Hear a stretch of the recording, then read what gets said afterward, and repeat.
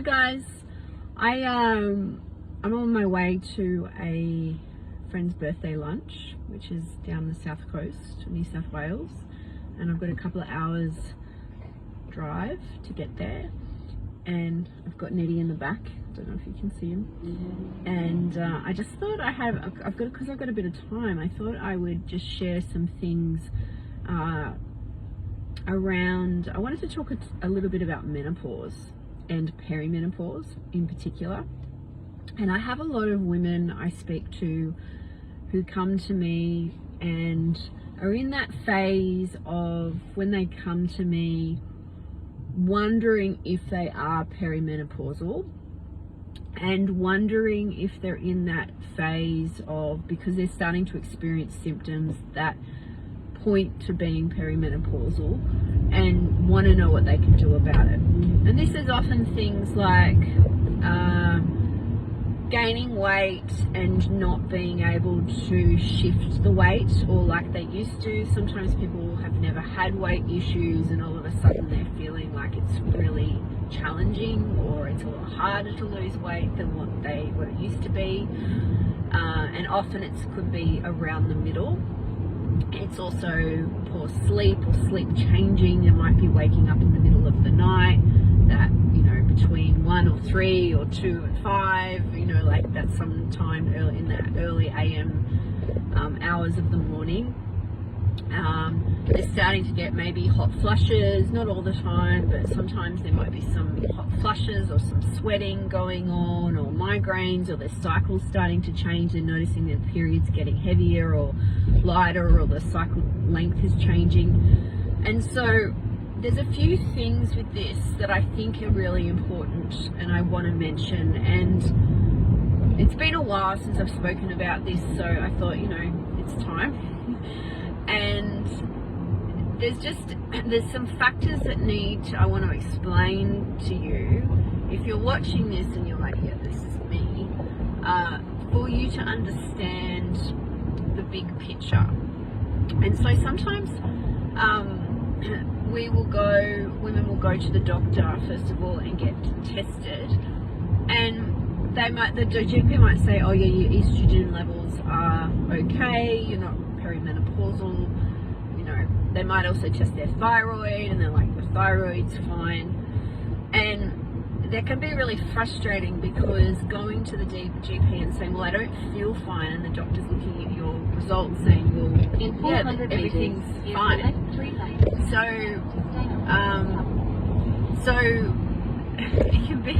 it can be really frustrating, because you don't feel fine, and you're just like, okay, well, what do I do about this? Like, I know something's not right.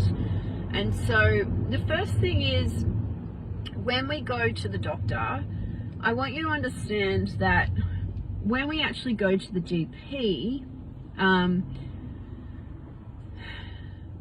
they don't look at optimal health. They look at the disease state, or big indicators to indicate, you know, that things are really out of balance and that there's a problem, right?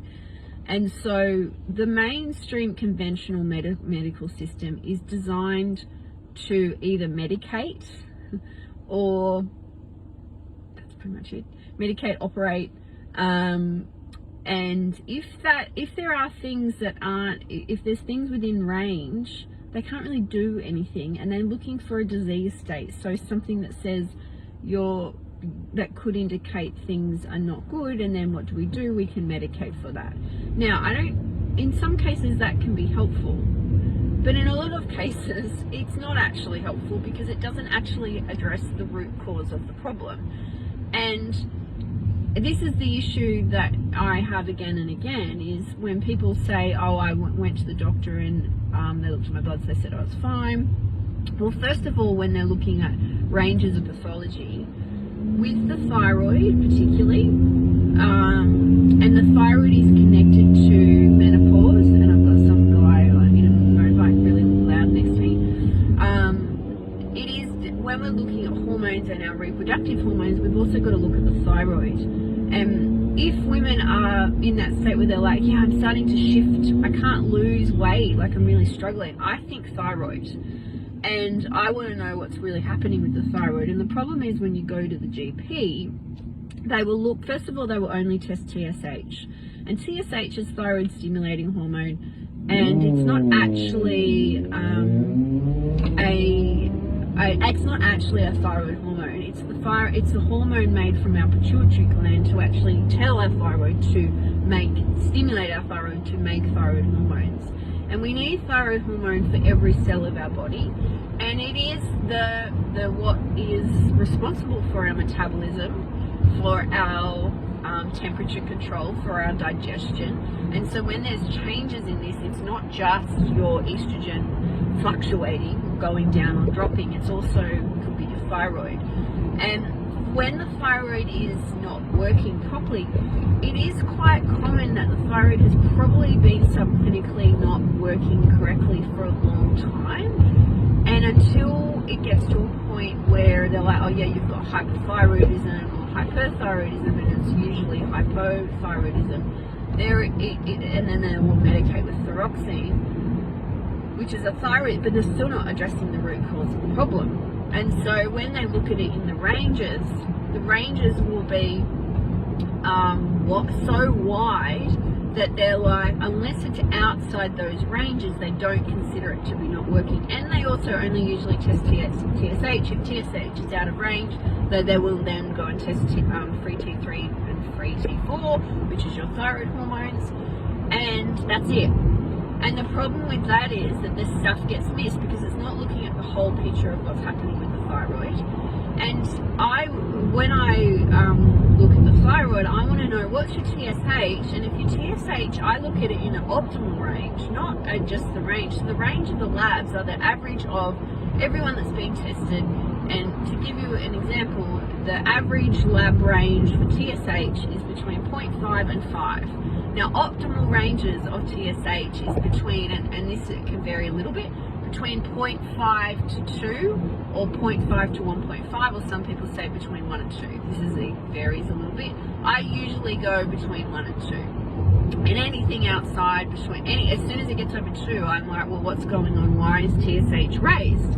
And if TSH starts to go up, it generally means that something's happening with the thyroid hormones, and it's not getting into the cell, and so the pituitary gland starts going, let's make more of this to make the thyroid work more, to make more thyroid hormone, or to get it into the cell, right?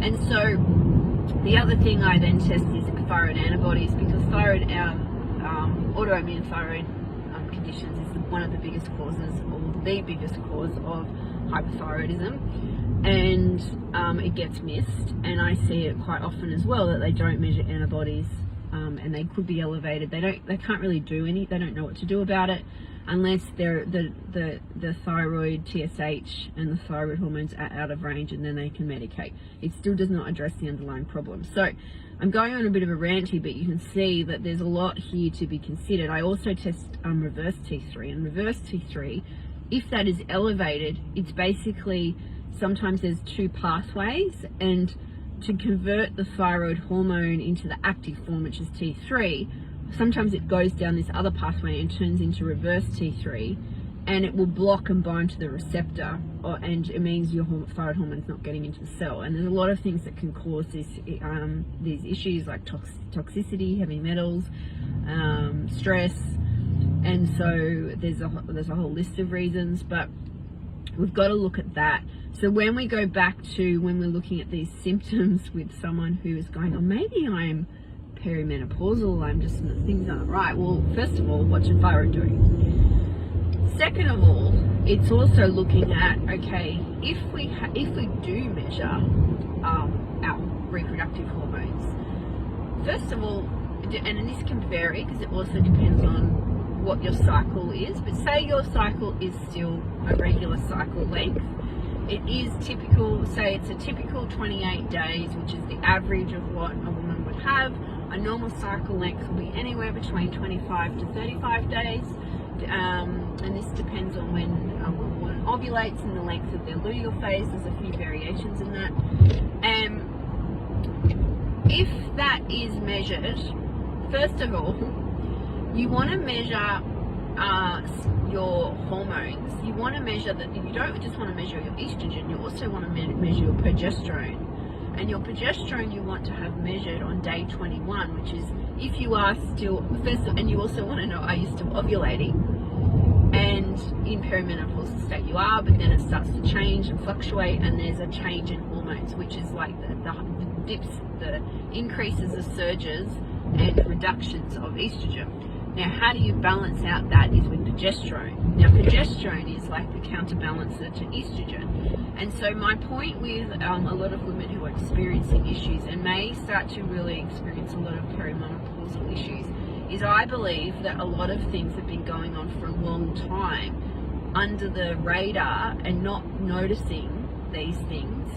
And then when they get to that place where they start to become perimenopausal, their symptoms are way worse than someone who is optimally healthy, and they don't experience those same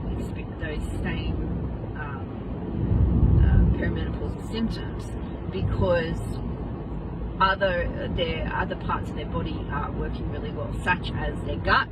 They're eliminating correctly, their liver is working really well, they have a healthy gut microbiome, they have optimal nutrients, their thyroid is working correctly, they have good levels of progesterone, and their stress levels, their cortisol levels are not high, because as soon as you have high cortisol levels, it will steal from progesterone.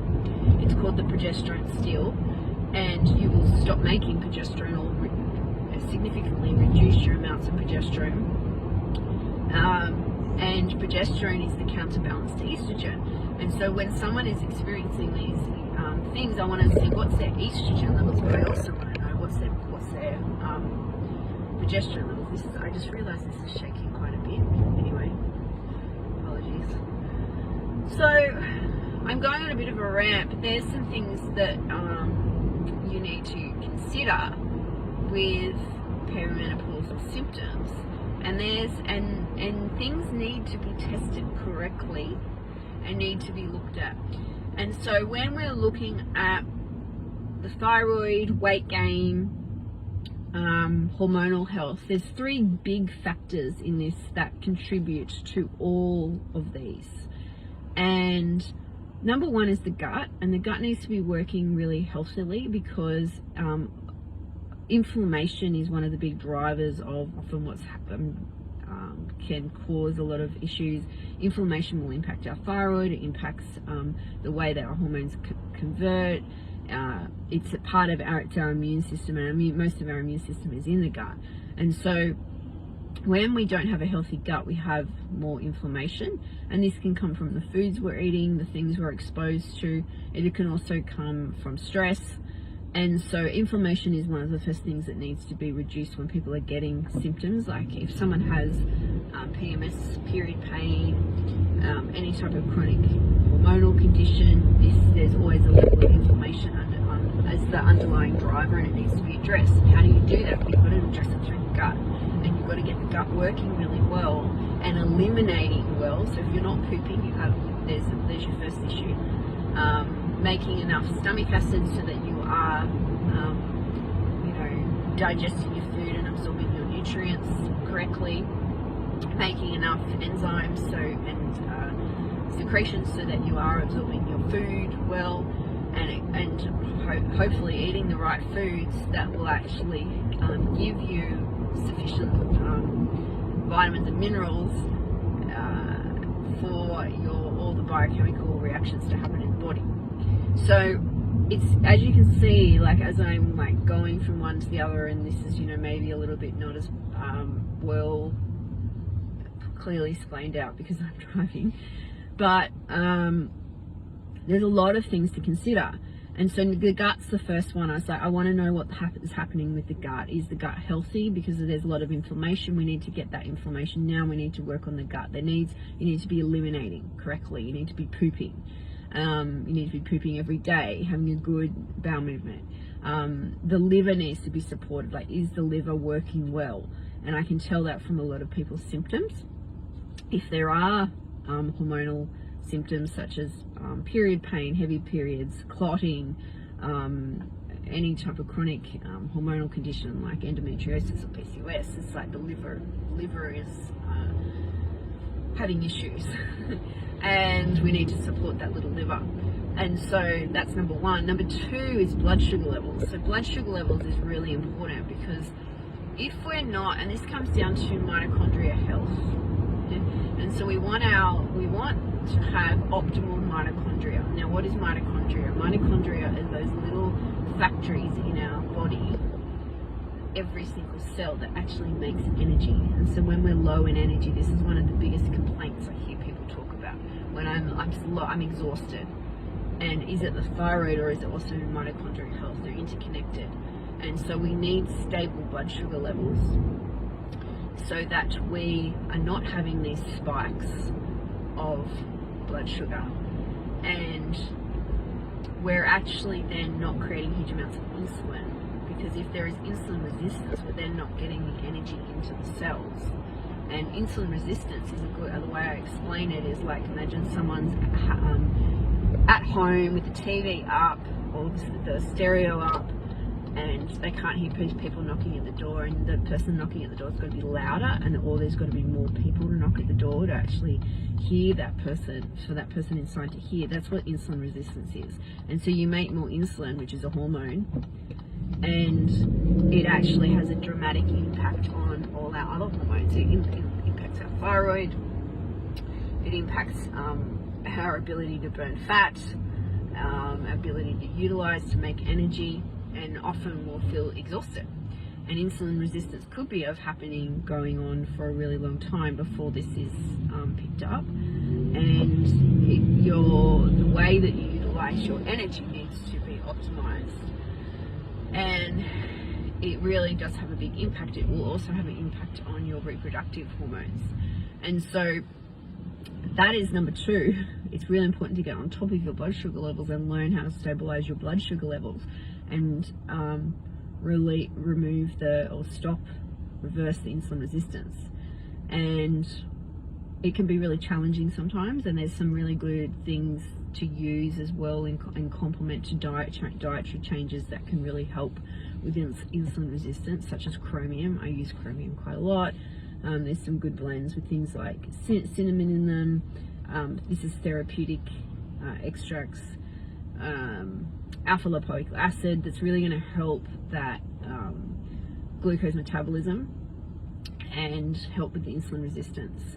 And so when that happens, you get a lot of less inflammation, because blood sugar levels that are going up and down like this, the body doesn't want high blood sugar levels. And as soon as the blood sugar levels are high, it will then want to store it. Well, that's how you put weight on, because the body's like, this is dangerous.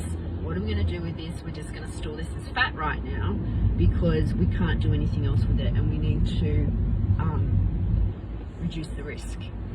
We don't want this here in the blood. Let's remove it. So that's what happens.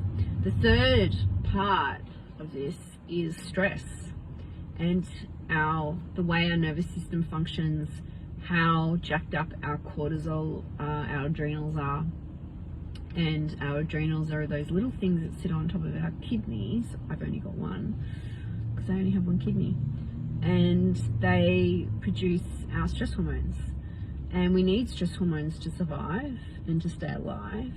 But we've got this constant, most of us are in this constant state of alarm, stimulated from all of the world things that we're exposed to in our world, like emails and pinging messages and social media and the news and all the shit that goes on in the world. And on top of that, not being able to regulate our emotions and holding on to traumas and not feeling our emotions and repressing things down, which actually we have this background alarm. It's constant. We're in a constant state of fight or flight. When that goes on for a long period of time, it messes with your hormones, because cortisol will always be prioritized. Cortisol will still be made from over everything else, and it then will have a direct impact on your ability to make progesterone, which is what counterbalances estrogen. it degrades the lining of our gut, it makes us more stupid, we don't have that ability to think when we're in that fight or flight thing, because our fight or flight mode, often our frontal cortex will switch off, we go into survival.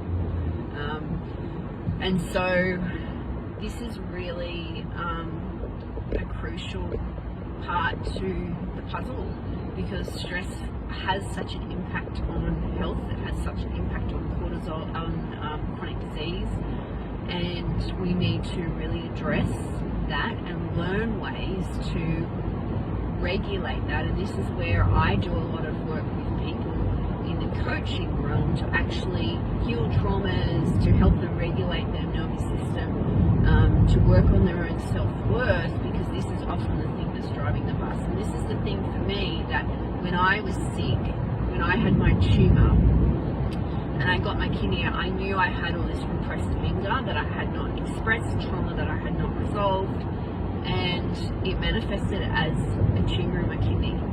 And so if you're watching this, this is the key point to when I have women that come that are perimenopausal to me. I always look at them and I'm like, what's their stress levels like? And trauma. Because they might say, oh, I'm not that stressed. And I'm like thinking, because I can see there's been a lot of chronics, and they just learn to survive and deal with it until eventually they hit burnout and the tank is empty and there's nothing left. And then they just fall on a heap on the floor, and it takes a long time to rebuild that. So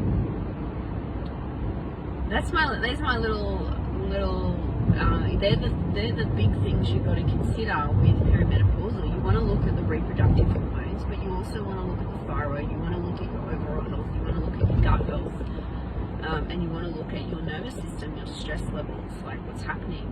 And in that mix of all those things at work, we want to know what our vitamin and mineral status is. In other words, are our levels of all our vitamins and minerals at good levels? Are we converting them? Are we utilizing them well? Because often this is also the thing that really impacts how all the biochemistry happens. Because if we have deficiencies, we're not going to be able to make sufficient levels of a lot of our hormones and make energy in our mitochondria, and then we'll feel like crap and we're on the floor and we wonder why. So there's this combination of, like when we're going through high levels of stress, we use magnesium as an example, and a lot of people are deficient in magnesium, to even digest our food. If we're in that chronic levels of stress, we have that nerve that's our vagus nerve that goes from our brain to all our organs, and when we're in that fight or flight state, that is not firing correctly, because we need to be in a parasympathetic state to actually, it's rest and digest state, to digest our food correctly. So if we're eating when we're in a stress state, it doesn't help. Look, I'm guilty as charged as well. Like I've done it many times, and I'm like, oh, that wasn't good. But you do it again and again and again over time, and you're not absorbing your food correctly, you're not getting in your food. So it's like, which came first? Am I not eating correctly? And often people will say, yeah, I'm eating all the right things, yeah, but maybe you're not absorbing it, because it's how you're eating it, and it's also, are you making enough stomach acid and breaking your food down correctly and absorbing it correctly, so that you are getting your vitamins and minerals that you need. And this is where, like, I come into supplementation land, where deficiencies need to be addressed. So there's many pieces to the puzzle when we're talking about perimenopausal states and going through menopause and transitioning into menopause. Not that I have experienced it personally, the disclaimer to that is, but I do understand a lot of the mechanisms, and there is many things you can do before you get to menopause that will actually, I believe, allow your transition to be a lot smoother. But it comes down to putting in the work when you go through that period, for the years before, as into how your menopause does play out. And it often will not show up as bad, or people just tolerate certain things, but then when they hit that perimenopause or start going through menopause state, it shows up a lot worse, and it then manifests and shows up as how they go through menopause. So if you've got any questions about any of that, I did just do a massive brain dump on you, and if you've watched this and you're like, oh yeah, okay, all right. So the question is, what's the first thing I do if I'm experiencing these symptoms, or I'm concerned that I may be going through perimenopause, like I'm in that perimenopausal state? What do I do?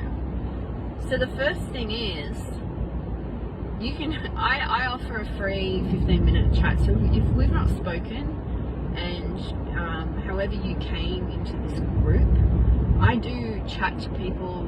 There's a free 15-minute chat. I'll put the link below in the comments. You can also go to my website and get it. Also at the pinned post at the top of in the comment, like the blurb on the pinned post, the welcome video, there is a link to that as well. And there is a free health assessment that I offer that's for 15 to 30 minutes, where we have a chat just to see what it is, where you're at, if I'm the right person for you, if I can help you, and then I can explain how I work and get a bit of an idea of, you know, where you're at. And that's number one. So if you're watching this and you've gotten the way through and you're like, hey, I've got some things going on, okay, well, let's have a chat. Second is, you know, like really give yourself an opportunity. Like really, the biggest struggle that I experience with most women is we don't prioritize our own health, and particularly women with kids will always put everything else before themselves. And you've got to put your own oxygen mask on first. You've got to be able to work on your own, like look after yourself before everyone else. And that conditioning of we don't do that and we weren't taught to do that is where then things unravel, because it eventually catches up on us. And we've got to learn how to do that, and that is a skill. And that also comes down to our own beliefs around ourself and our relationship with ourself and our own self-worth. And that takes work. And to be able to do that and be guided through that, because we've got these patterns and beliefs around how things have to be, that has kept us in alarm for a long time. And we need someone to guide us through our blind spots. Yeah. So, but if you haven't even been to the GP, going and investigating that, and if you are going to go to the GP, ask for full thyroid. You probably will have to pay for some of it. Ask for your hormones to be tested, and do it 7 days after ovulation. Particularly progesterone is really important. Ask for your basic minerals. Ask for vitamin D. Ask for B12. Ask for folic acid. Ask for zinc. You'll have to pay for that one probably, which is ridiculous. It's not covered by Medicare anyway. Iodine and selenium are two other things that I usually get tested. The thing is then, doctors don't usually also do it, because then they don't know how to treat it if it comes back. And then that's when you've got to go and see someone. But a starting point is that get your full blood work, get your liver markers done, get your iron, really important, your full iron panel, not just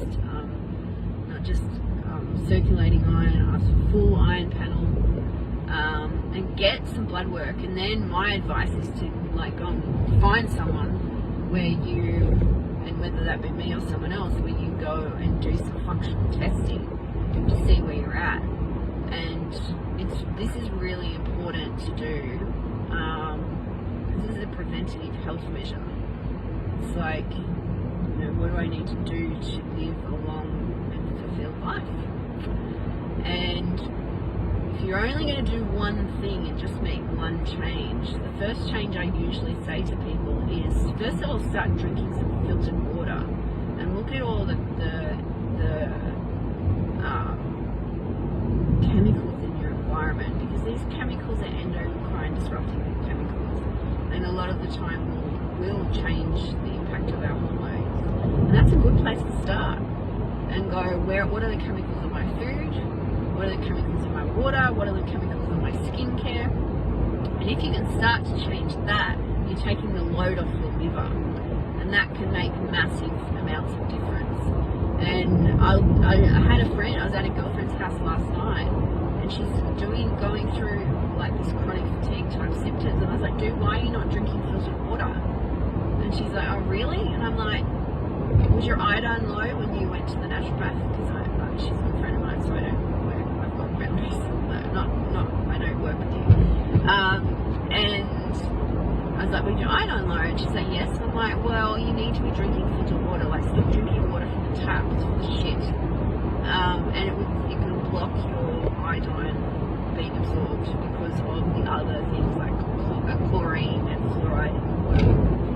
And she's like, well, luckily, it's the first thing I say to people, like, please drink freaking filtered water. Drink good quality filtered water. Start there. Start with the chemicals in your environment. And then start to work on your nervous system and how to regulate your nervous system.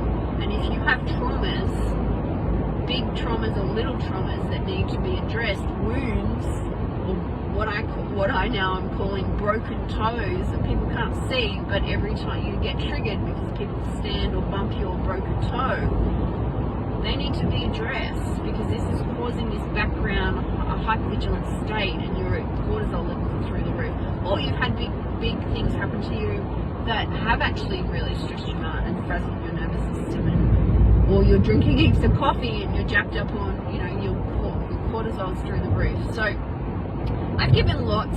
Please comment below, please ask questions, please reach out to me, send me a DM even if you've got a question, and I will answer them. And